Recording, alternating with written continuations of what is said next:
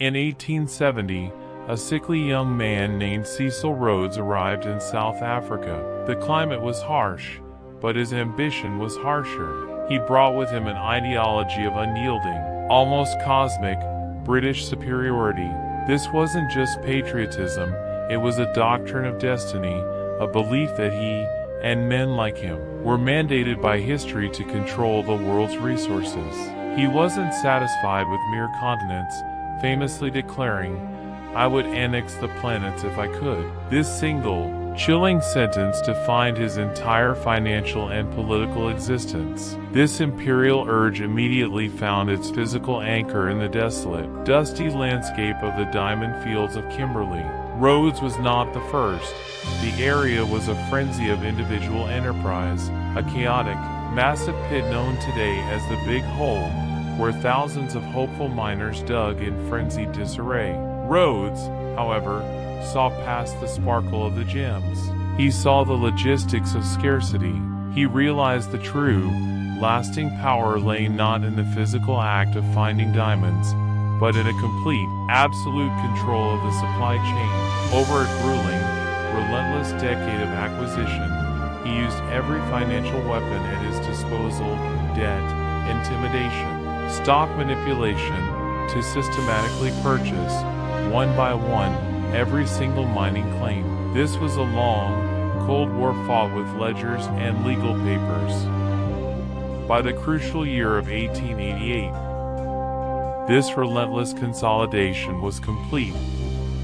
He had forged De Beers Consolidated Mines, a monolithic corporation that held a true global monopoly, becoming the single authority dictating the flow of the world's entire diamond production, from the mine shaft to the market display case.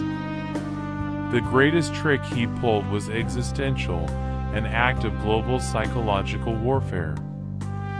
He understood that a diamond is chemically abundant. There are far too many for them to be naturally valuable. Therefore, De Beers' genius was purely strategic scarcity. By warehousing vast quantities of stones in impenetrable London and Swiss vaults, hoarding them, and releasing them in a meticulously calculated, slow trickle, he artificially inflated their price.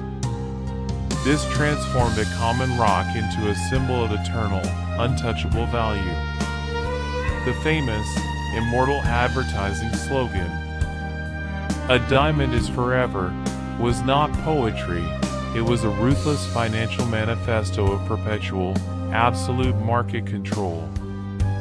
With the diamond empire secured, Rhodes' focus expanded from commerce to conquest.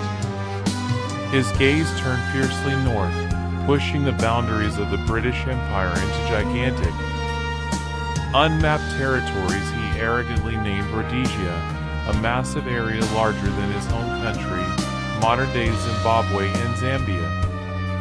His gold lust, combined with his political zeal, drove him to desperate, criminal measures.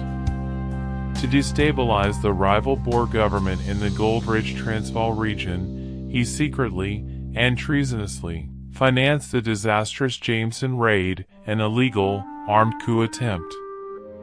Though the raid failed and forced his brief political resignation, it irrevocably set the stage for the destructive Anglo-Boer War and solidified his imperial grip on the mineral wealth of southern Africa.